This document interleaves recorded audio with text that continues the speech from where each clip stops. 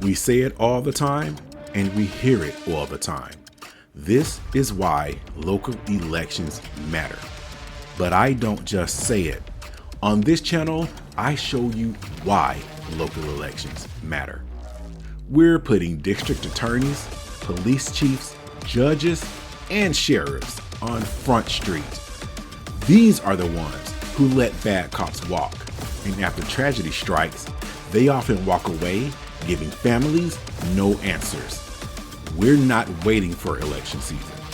We're watching them now, so the next time they want your vote, you'll know their record.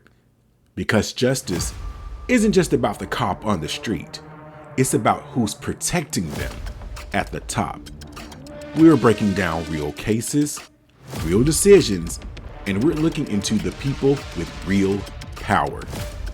If you are ready to demand better, start here.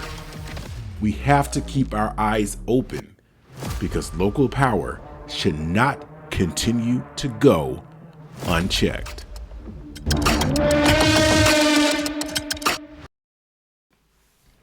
Hello, and thank you for tuning in to the Keep Your Eyes Open channel.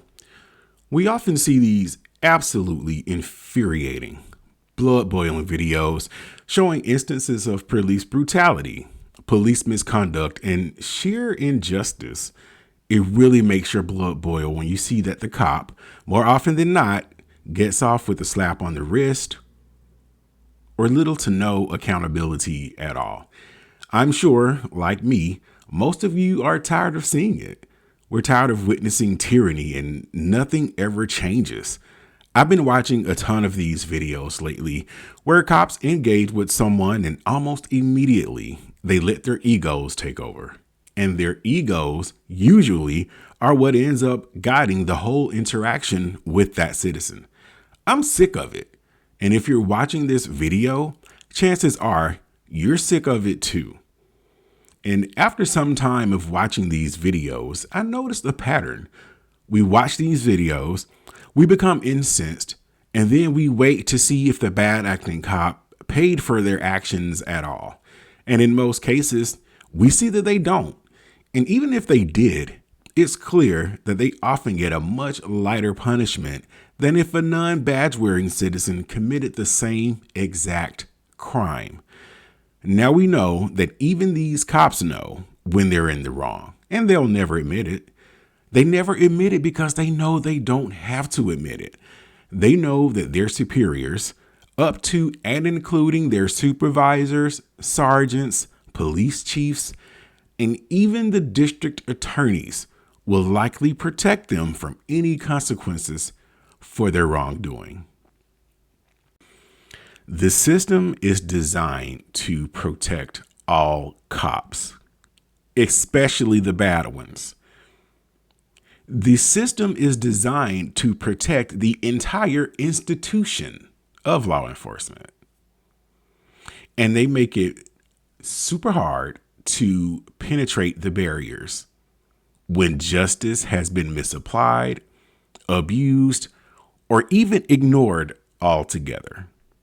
That's the purpose of this channel, to pierce that veil, but we'll get more into that later.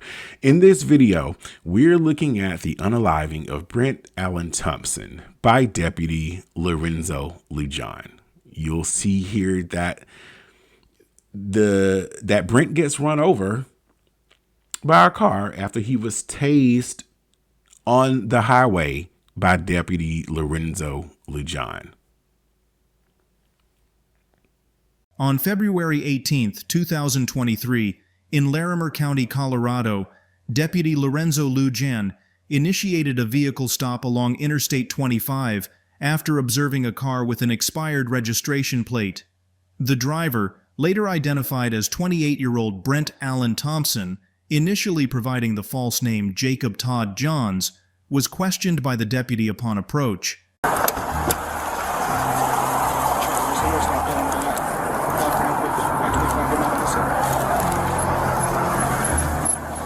Deputy Lujan with Larimer County Sheriff's Office. Reason why I'm stopping you is your registration's expired. Registered? It's my girlfriend's car, actually.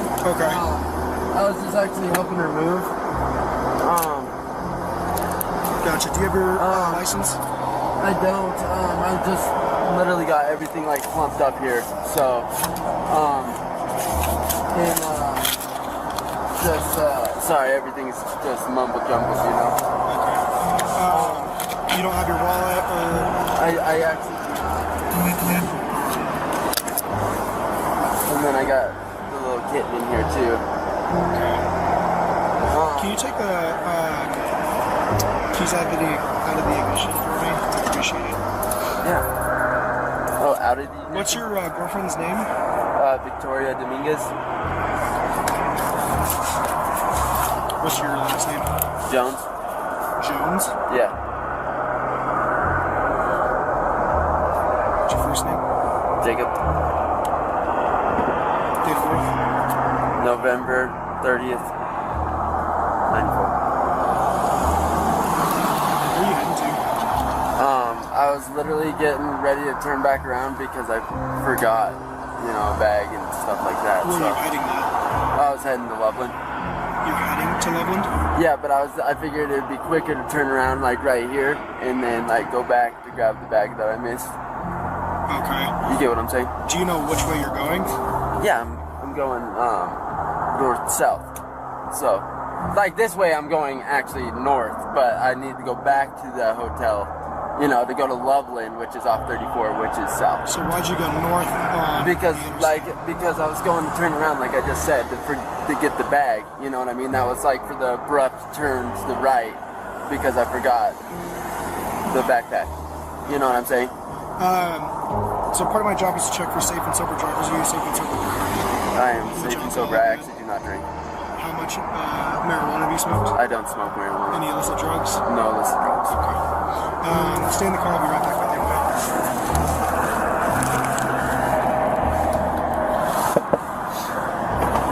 You mind rolling down the window for me? Yeah, sorry, it's just a cat, and then I was vaping my nicotine. Gotcha. Can you step out for me? Yeah, what's the problem? Yeah, please stay.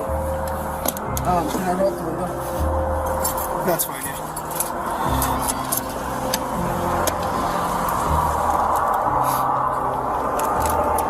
Thank you. Don't keep your hands where I can see them. Yeah. Come back here. I'm gonna pat you down just to make sure you don't have any weapons on you, okay?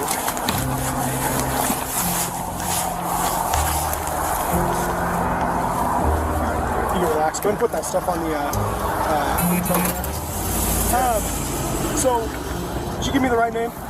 Yeah. What's your name? Jacob Todd Jones. Okay. Why don't you give me the right name? It is the right name. No, it's not. Yes, it is. Brent, I know. So, right now you're under arrest. Stop! You're gonna get tased! Stop!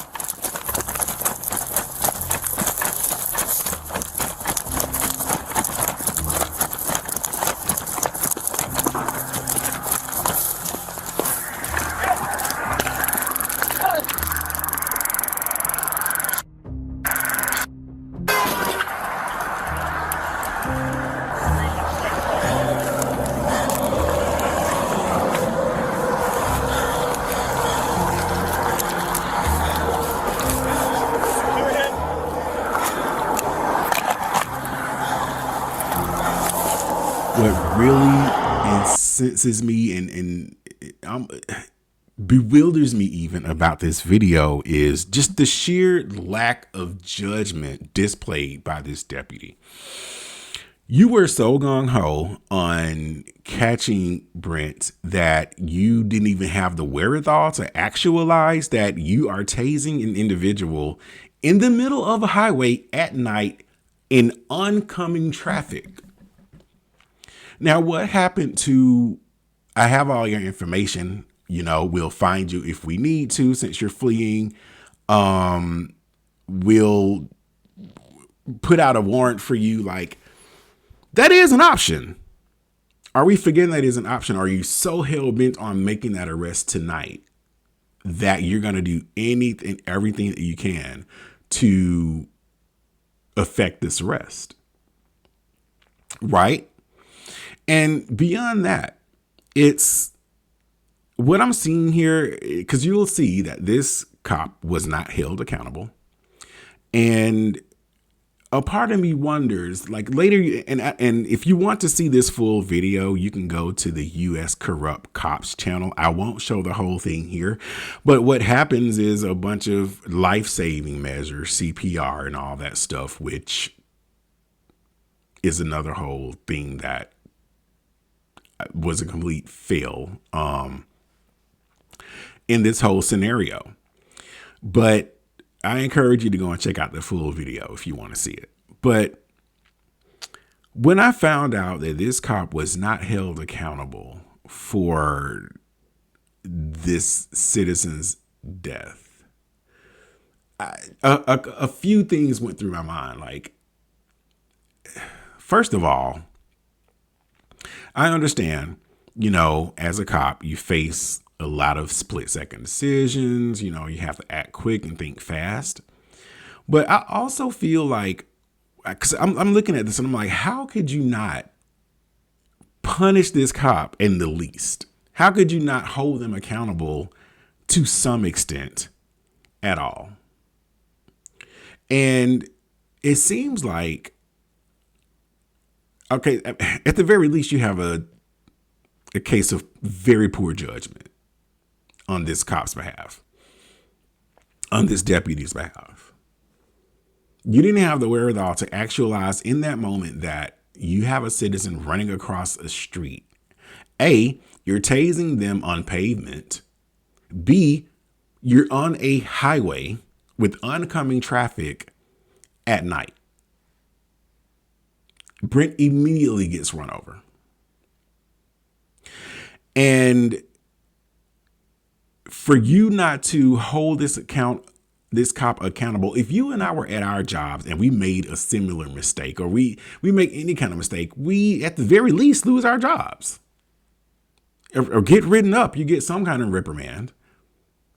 But your extreme lack of judgment cost someone their life. And it just goes unpunished.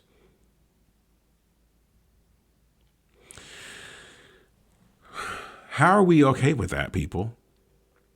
The more we allow this stuff to happen without consequence, the more it is going to happen. And it's been happening so much. I think we're past that point of, I don't want to say no return, but we're past the point of that is lunacy at this point. So, in my digging to learn a bit more about D.A. McLaughlin, I went to Google and got a little help from Google's AI assistant.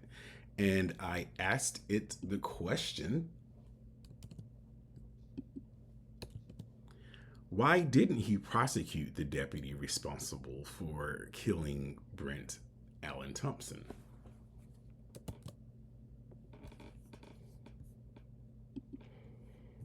And the response I got here was, based on the information available, Larimer County District Attorney Gordon McLaughlin did not prosecute Deputy Lorenzo Lujan in the death of Brent Thompson because his investigation concluded that there was no criminal wrongdoing on the part of the deputy. McLaughlin's decision was based on a review of the investigation in Colorado law. According to the Denver Post, he stated that while Lujan showed poor and untimely tragic judgment, his actions did not meet the legal criteria for criminal culpability beyond a reasonable doubt. Specifically, McLaughlin stated that it was not likely a jury would find Lujan criminally negligent and convict him.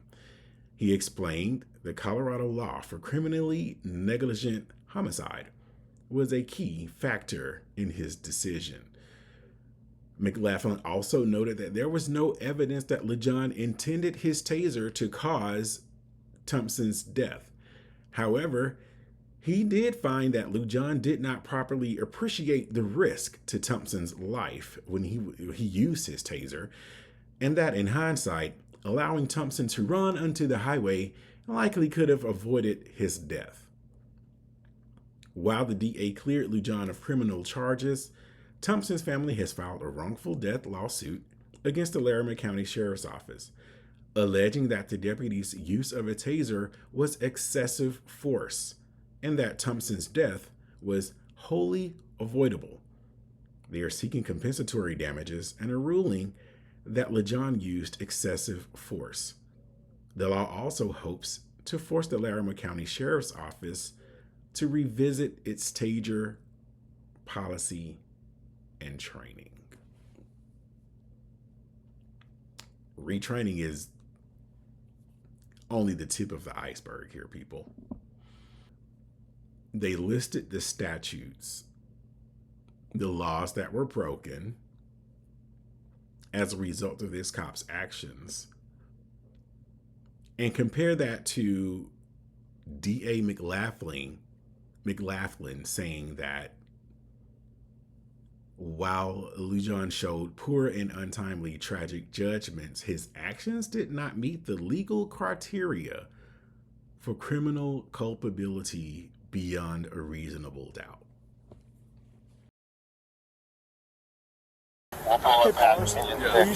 The deputy returned to his patrol car and spent approximately 5 minutes verifying the driver's identification through database checks. The system revealed discrepancies, confirming the driver's true identity as Brent Allen Thompson. Upon discovering the deception, the officer confronted the individual. What followed, however, escalated into a tragically avoidable sequence of events. Mr. Thompson was tased and subsequently struck by a passing vehicle on the highway, rendering him unconscious. While some might defend the taser's deployment, the ACLU's guidelines emphasize caution when using such devices on individuals in precarious environments, such as highways, where falls pose lethal risks. The deputy's disregard for this policy directly contravened the use of force protocol, which mandates that officers employ only objectively reasonable force proportionate to situational threats. By ignoring these standards, the deputy's actions precipitated a fatal chain of events. Instead of summoning emergency services or administering aid, the deputy prioritized restraining the incapacitated victim with handcuffs. This failure to mitigate harm exposed him to potential aggravated assault charges, which in Colorado carry severe penalties, including imprisonment legally. A deadly weapon encompasses any object utilized to inflict grave harm. In this context, the deputy's reckless use of a taser on a busy highway, knowing vehicles were approaching, transformed the environment itself into a lethal instrument, warranting criminal liability. The officer further mishandled the crisis by dragging the victim face down on the pavement, delaying medical intervention until the victim's condition deteriorated irreversibly. After belatedly attempting CPR, backup officers arrived and assisted in resuscitation efforts. The deputy's CPR technique starkly violated medical protocols. As outlined by Medical News Today, proper procedure requires chest compressions at 100 to 120 beats per minute, full chest recoil between compressions, and alternating rescue breaths. The officer, however, compressed at 150 beats per minute and omitted rescue breaths entirely, drastically reducing survival chances. Emergency medical teams arrived minutes later, though critical time had already been lost. Brent Allen Thompson succumbed to his injuries at a hospital shortly thereafter, constituting second-degree manslaughter under Colorado law, a charge punishable by 16 to 48 years imprisonment, parole, and fines up to $1 million. Despite this, the Larimer County District Attorney declined to prosecute Deputy Lujan. The Thompson family filed a civil lawsuit alleging excessive force and wrongful death. His history, his record of being a district attorney, we see that this isn't the first time he has failed to hold a cop accountable and walked away with no explanation to the families. If we go to the Denver Gazette, a Larimer County deputy sheriff made a wrong decision, but not a criminal one, when he used his stun gun on a man who jumped into Interstate 25 while fleeing from arrest and died after oncoming SUV hit him a few seconds later, according to Gordon McLaughlin. The district attorney explained in a virtual town hall why he doesn't believe he could justify filing charges against Lorenzo Lujan, a sheriff's deputy in Larimer County since 2019, even if he believes 28-year-old Brent Thompson would not have been killed if Lujan had not made the decision to tase him as he ran. A civil attorney for Thompson's family said he believes McLaughlin searched for ways to clear the deputy in the face of what he thinks is an unjustifiable decision. McLaughlin released his decision not to charge Lujan on July 21st. He said Colorado's law for criminally negligent homicide was a key statute he looked closely at in his decision. Criminal negligence, under Colorado law, means a person fails to perceive a substantial and unjustifiable risk that their actions would kill someone because of a gross departure from the standard of care a reasonable person would exercise. He said the critical incident response team could not find any other instances of an officer tasing someone on the road and that person then being killed another way. Taser doesn't train on that particular situation, McLaughlin said, and so most law enforcement agencies don't. A key factor in defining the standard of care Lujan had to have. McLaughlin's decision that he couldn't justify charges against Lujan doesn't mean he believes the deputy made the right decision, the district attorney said, a point he returned to repeatedly during the town hall. This is not any sort of approval of the actions. My decision is not whether something was right or wrong in our normal parlance, McLaughlin said. My decision can only be legally whether I can charge that crime and prove that crime beyond a reasonable doubt. Quasir Mohammadi, I'm sure I'm saying that wrong, Quasir Mohammed Bai, we'll say that, an attorney for Thompson's family, saw McLaughlin's reasoning as searching for ways to clear the deputy. The fact that agencies don't train officers not to tase someone on a highway shouldn't mean it's unclear why doing so is dangerous. Absolutely. I think any reasonable citizen, any reasonable human being watching this footage would come to that same conclusion. Attorney Quasir goes on to say the district attorney's answer is just simply more excuses and justifications and giving every single possible benefit of the doubt to the officer, rather than allowing our community and the jury to evaluate this. Mohammed Bai also said that everyday relationship law enforcement agencies have with district attorneys, offices, in investigating crimes compromises the prosecutor's ability to make objective decisions about charging officers. Thank you, thank you, thank you. That is exactly what I'm saying here. I'm going to repeat that. Everyday relationships law enforcement agencies have with district attorneys' offices in investigating crimes compromises the prosecutor's ability to make objective decisions about charging officers. This idea that a district attorney is tasked with prosecuting an office that he or she has to work with every day is just a fundamental conflict. And people, that's where you and I have to step in. District attorneys have to be voted into office. They have to be voted to their post, which means we as the public put them there, and we as the public have the ability to remove them, or at least get to a place where they are forced to give us answers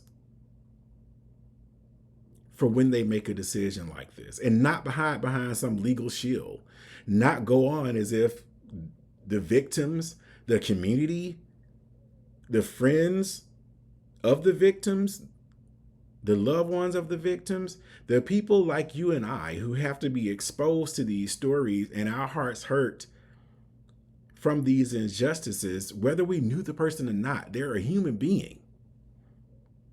And we see clearly what is happening. We see clearly what is happening, and something needs to be done about it.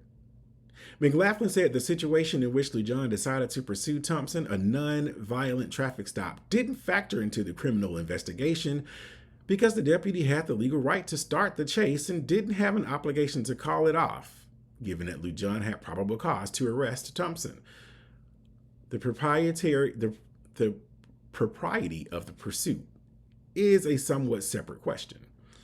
Those are questions that, as a community, this case aside, we should be having in all situations about when and where we would like our officers to pursue, McLaughlin said. But certainly, the deputy in this case had the right to be doing so legally. That's not questioning here. We're not questioning that. Of course, he had the right to pursue.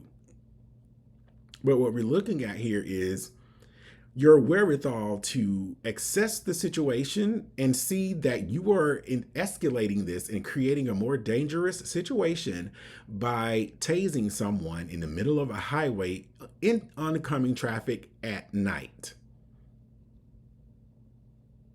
Now, it's great that this officer was fired, but to not hold him criminally accountable is the same as saying, if we are working at a restaurant, right? If we drop some food and a bug or something, or a piece of glass gets in the food, and we pick that food back up, clean it off, and serve it, someone dies, you would be put in jail without question. Why doesn't that same thing happen with a cop?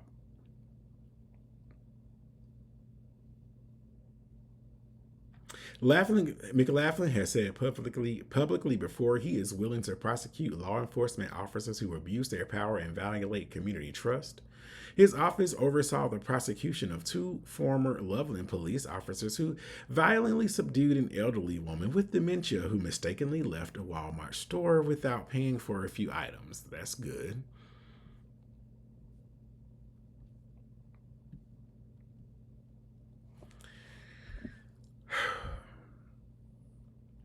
People, I think we start with questioning the validity of their decisions. But we also push them for explanations. The question is, how do we start changing that internal environment where the district attorney is more fearful of facing backlash from the deserving public than they care about saving some relationship to protect corrupt cops and the institutions therein. He'll be asking for your vote again in a few years. Or maybe he'll make another decision, another unjust decision in the coming years. And I want people to know that you do have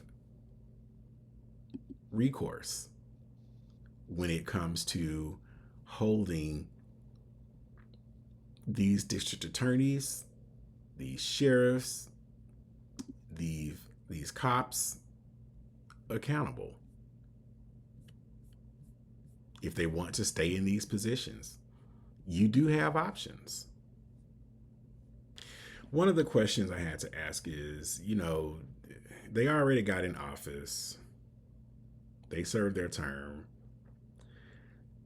So what do they tend to do? What do district attorneys tend to go on to do after they leave office? After DAs leave office, they often go on to pursue one of five main paths, depending on their ambition, connections, and reputation. They can go into private criminal defense or corporate law. They go into TV legal analysis. They can become a TV legal analyst or a public or political commentator. They run for higher office, DA today, senator tomorrow. Many DAs use their office as a stepping stone to attorney general, mayor, governor, Congress, and even judicial appointments. As an example, Kamala Harris, San Francisco DA, to California Attorney General, to the U.S. Senator, and ultimately VP. Larry Krasner, a Philly DA, considered for judicial reform roles on national commissions. Why it matters is a DA's past record becomes their political resume, whether they held police accountable or protected power structures. They can also go into nonprofit and advocacy work. And they might disappear quietly and do like local consulting or something. They're out of the spotlight, but they are still in the game.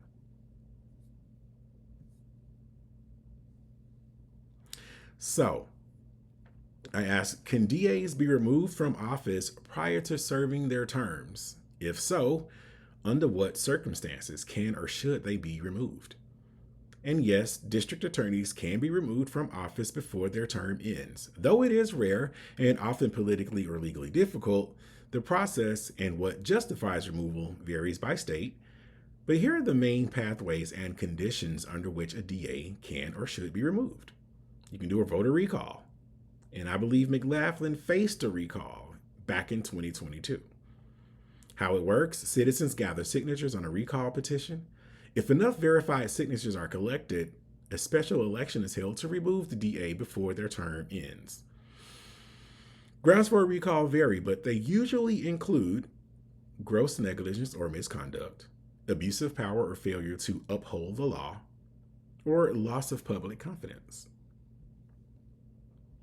The question is, should they continue to maintain public confidence when they make decisions to not hold law responsible or accountable, and beyond that, not provide explanation to the community, to family members, to those affected by these tragedies? They can be removed by the governor or state attorney general in some states. When it's applicable, certain states like Georgia, Florida, Missouri, and Texas allow governors or attorney generals to suspend or remove a DA for willful neglect of duty or refusal to enforce laws. They can also have a judicial removal via lawsuit or misconduct proceedings. They can resign under pressure. Sometimes DAs facing scandal, public outrage, or legal trouble resign voluntarily before the removal process is completed. Pressure often comes from media, local leaders, police unions, or activist groups.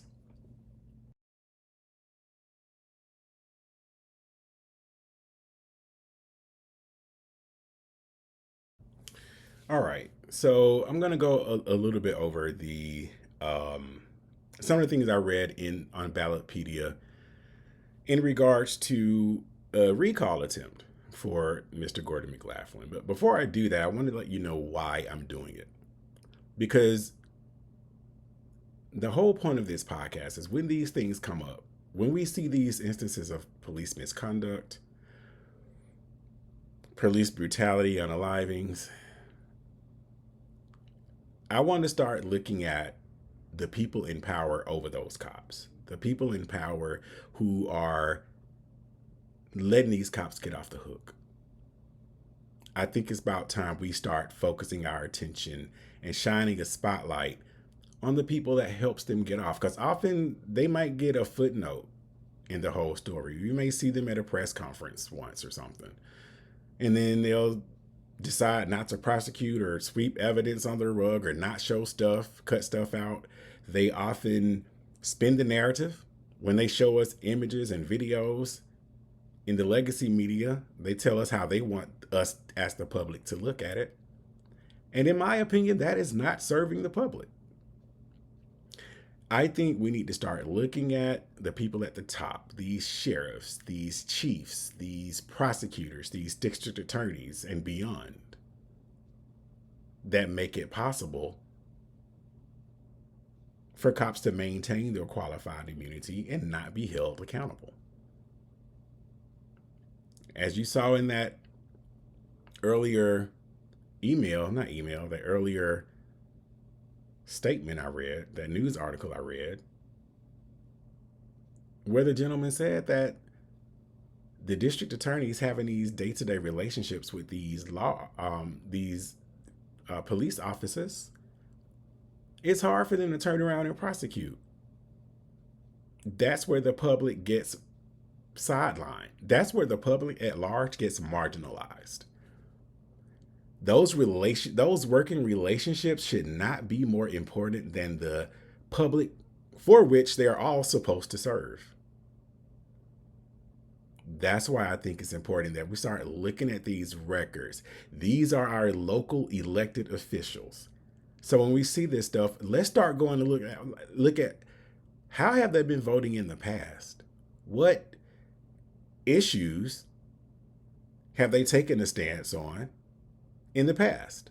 What decisions have they made in the past? Have they chose to protect cops in the past? Have they chose to hold people accountable regardless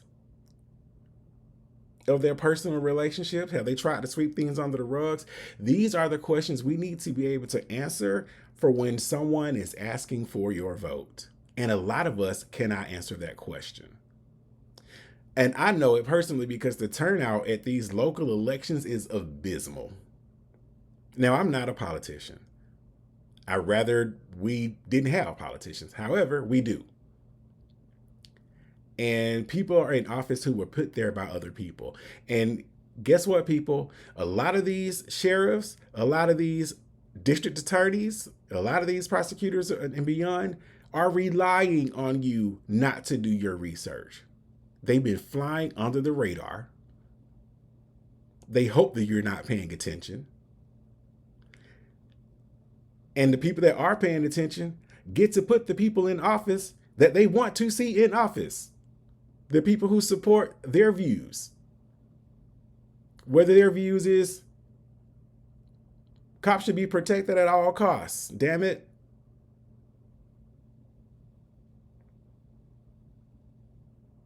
We know that this sheriff is not going to hold these cops accountable in this town or in this city. Let's make sure they stay in their seat. Whereas if we had more people looking at records, looking at track records of these officials who want to be in these spaces, maybe that would change. Maybe that would make them start realizing that I got to start doing right by the people. And not only say you're going to do it prior to getting elected, but we're actually going to be there to see if you're doing it after you win the seat.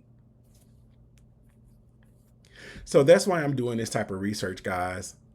And I'll get into this by saying this is not a personal attack on Gordon McLaughlin. I don't know him. I don't live in Colorado. I'm just an American citizen who is sick of seeing justice misapplied when it comes to people who wear badges versus people who don't. And I say we start looking at the people at the top, the decision makers who can enforce and hold these cops accountable. Since our protests aren't doing it, our outrage on social media isn't moving the needle. So maybe we need to shine a more direct light. And it is my hopes that this platform gets big enough to where you don't want to end up on my channel or on this podcast if you're doing something wrong. Now, I will feature people. I'm going to show you the good and the bad. I'm going to try to be as unbiased as possible, people, when I give you details about anyone who we talk about. And we will be talking about sheriffs, chiefs, district attorneys, whoever across the country. When I see a story that I'm incensed by now, and I'll say this, I am uncompromising when it comes to right and wrong, when it comes to clear injustice. And living in those gray areas where it's not so clear, but at least we want to make sure that the information we're getting from law enforcement is fair, is honest, is out there. They're not holding stuff back. We don't have that environment right now. So from Ballotpedia, Gordon McLaughlin recall 8th Judicial District Attorney in Colorado 2024. An effort to recall 8th Judicial District Attorney Gordon McLaughlin in Colorado was initiated in 2024. Patricia Taylor and Danette Cox filed the initial recall paperwork on March 1st, 2024. To get the recall on the ballot, recall supporters had until April 30th, 2024 to collect 52,858 signatures. Further, the petition must be signed by registered electors entitled to vote for a successor of the incumbent sought to be recalled. The recall attempt was unsuccessful after recall organizers failed to submit a sufficient number of signatures to get the recall on the ballot. Now, supporters of this recall, Larimer County District Attorney McLaughlin should be recalled. He has shown a pattern of inconsistencies in his arbitrary decisions. There were 2 incidents that occurred in 2023 involving careless driving resulting in death. The first incident occurred on 1/24/23 and happened at the Trilby Transport Station. McLaughlin chose not to prosecute the killer, William Finnegan, even though there was substantial evidence, witness testimony, and expert reports, which recall McLaughlin admitted he chose to ignore. His excuse for not prosecuting was that he did not feel confident in his skills as a prosecutor to win in court. I will read that again. His excuse for not prosecuting was that he did not feel confident in his skills as a prosecutor to win in court. A poor excuse for not prosecuting a crime. The other case of careless driving resulting in death occurred in 8/2/2023 and involved a vehicle cyclist death. The killer, Amy Weiss, was charged with careless driving resulting in death. In the first incident, clear video, shows the driver had the victim in full view for 8 seconds prior to turning the bus into the victim. The driver in the second incident had much less reaction time. These inconsistencies are unacceptable. Our community deserves better. Again, that's from supporters of the recall. So we'll look at the statement for opponents of the recall. The Larimer and Jackson County clerks estimate this effort would cost taxpayers upwards of $834,000. There is already an election for a district attorney scheduled for November 24th. November of.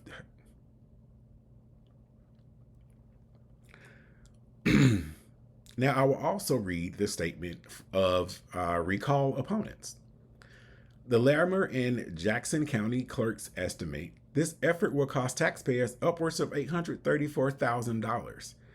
There's already an election for district attorney scheduled for November of this year, 2024, and this effort would be an incredible waste of taxpayer dollars when voters will already have an opportunity to decide on this office. Many of the claims made in this petition about the district attorney's office are false. This issue has been thoroughly litigated in Larimer County courts, where 2 separate judges rejected the petitioner's claims and affirmed the district attorney's position. Additionally, the Colorado Supreme Court has also rejected the petitioner's claims. So, there you have it on that. Like I say, I will try to be as unbiased as possible. And the reason why I'm putting this sort of stuff out there is just so you can have more information. So when you go to the ballot box, when you come across someone who is asking for your vote to be put in one of these local positions that have a very direct impact on your life, we know a little bit more. And it's to also, like I said, establish a platform where they know that they have more eyes on them. They need more eyes on them, people. And this platform is designed to do just that. That's what this podcast will do. Now, like I said, I have nothing against Mr. McLaughlin. I'm looking at cases, happenings, occurrences all over the country. When they come across my desk, when they come across my feed, I'll do the research and I'll bring you the details. That's it. I feel like we need to know more about these people who are the decision makers in these cases that involves officers. That's it. That's plain and simple. Like I said, I'll do my best to be as unbiased as possible. It's important that we all get the information. That's how we'll be able to mobilize and start making more conscious, more informed decisions about who we're putting in these local seats.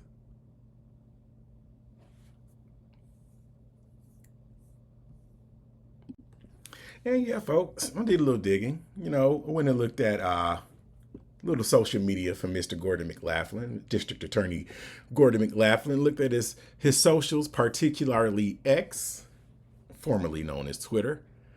And you can see here, as I scroll down a little bit,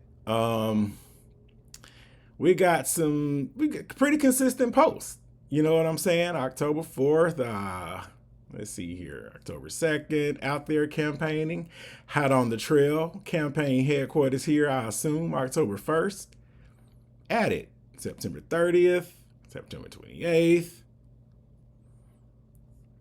Out there, in the neighborhood, canvassing, campaigning, doing all those wonderful things. Like I said, posting consistently up until, you guessed it, November 4th, 2024.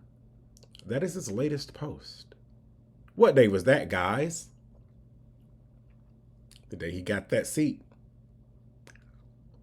Now, we can also say, hey, you know what? He won the election. He is busy doing the work of the people. He's been too busy to post since then. Come on, man. He's in there working hard for the people. Or you could say, he just wanted to get the vote. He's got it. Now he ain't got nothing else to say. One could argue that, right? But we'll give him the benefit of the doubt. He's just too busy. He's doing the work of the people. Or it could also be that he saw that he was getting very little engagement. Look at this, 3 likes here, 1 repost, 1 comment, 1 like here, 1 comment. Maybe the engagement wasn't enough for him. And he was just like, you know what? Forget it. I won the election. Let's keep it moving. This social media thing ain't working for me. That's a possibility. Just wanted to point out that there has been no more communication with the constituency, if I'm using that term correctly, since the election day. So what do we make of that, people? Now, that is the crux of this channel, people.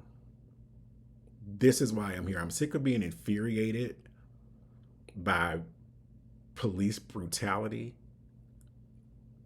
by unalivings by police, and they face little to no accountability. I'm sick of the attitude that some of these cops have, and I would argue to say most of these cops have, that they don't have to abide by the law because they know they'll be protected. They know they're not going to have to answer to the public. They know they may not even face consequences They know that their precincts, their institutions are going to hide as much information as possible so that the public doesn't get all the full details. If they can get away with not releasing body cam footage, they'll do that in a heartbeat. And a lot of times when it's up to the chief or whomever to release information and they just choose not to do it, they don't even explain why. Which makes me feel like we're lucky to get the footage and the evidence that we actually get. If we are the ones who put these people in office, it should not be their choice as to whether they share information with us. If you are a public servant, and if this institution is to serve the public, shouldn't the public decide what we should and shouldn't see? What is and isn't permissible? And I may be wrong for that. And I welcome your arguments against that if you feel like certain information. And I understand, like, when it comes to ongoing investigations, I get that. But what I'm talking about is we need to change the internal culture so that there's a culture of this is likely going to come out. So I better be on my best behavior. I better start doing stuff right. Because information not being released should be the exception, not the norm. That's where we need to start. It should be the exception. It should be scrutinized. It should be ostracized. It should be called out. And I'm thinking if we start at the top, if we start holding the people accountable who protect these cops out on the street from facing justice, maybe we'll start seeing some change. Because what I hope for this channel is that we build it so big. This channel should be a movement. We should build it so big that a cop, a sheriff, a chief, a district attorney, whomever, don't want to see their name show up here. And the way they would not show up on here in a negative light is if they make decisions that show that they truly honor and value the public opinion and the public's interest. That's what this channel is about.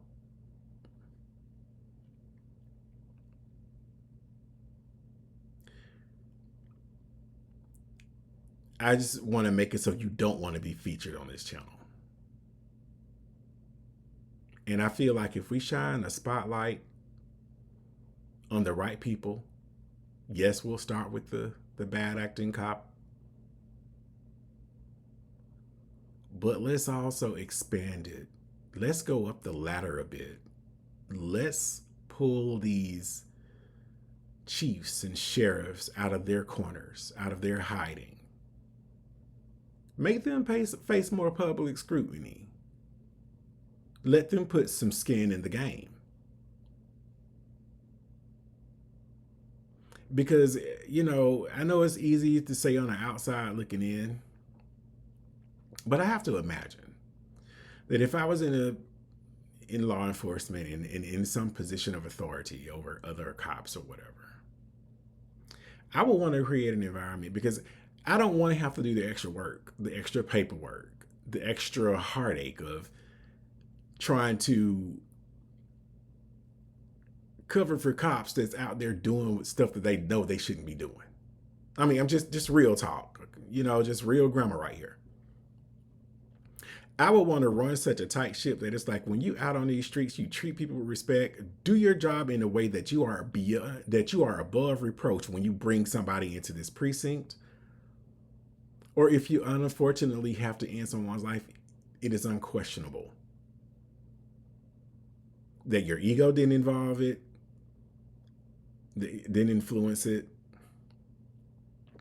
it was the only thing you can do in that situation, and that's unquestionable. And I know that's a high bar, and it's probably easier said than done, but there are so many cases where we see where it is quite clear that you have many other options, but you chose this route.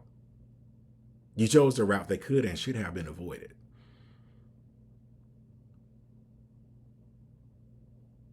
We have to raise the temperature. We have to raise the temperature in the water to boil out the senseless unaliveness, the senseless incarcerations. We gotta turn up the temperature so that stuff, we get past that stuff. And I think the way we do that is by really shining a spotlight on these district attorneys, these lawmakers, these decision makers who allow this stuff to go unchecked. The public deserves answers. If your motto is to protect and serve, that has been lost. We don't see that. All we see is ego-driven, what I say goes. You don't answer to me. I mean, I don't answer to you. You answer to me. That is not protecting and serving. And as long as they have the shield of the higher ranks, up to and including district attorneys and attorney generals, etc., that is going to be the attitude with which they go out and operate in these streets. So that's what this channel is about, people. This is the stuff we want to shine a spotlight on and root out. And we're going to take it one cop, one chief, one sheriff, one deputy, one district attorney, one prosecutor at a time. Thanks for tuning in.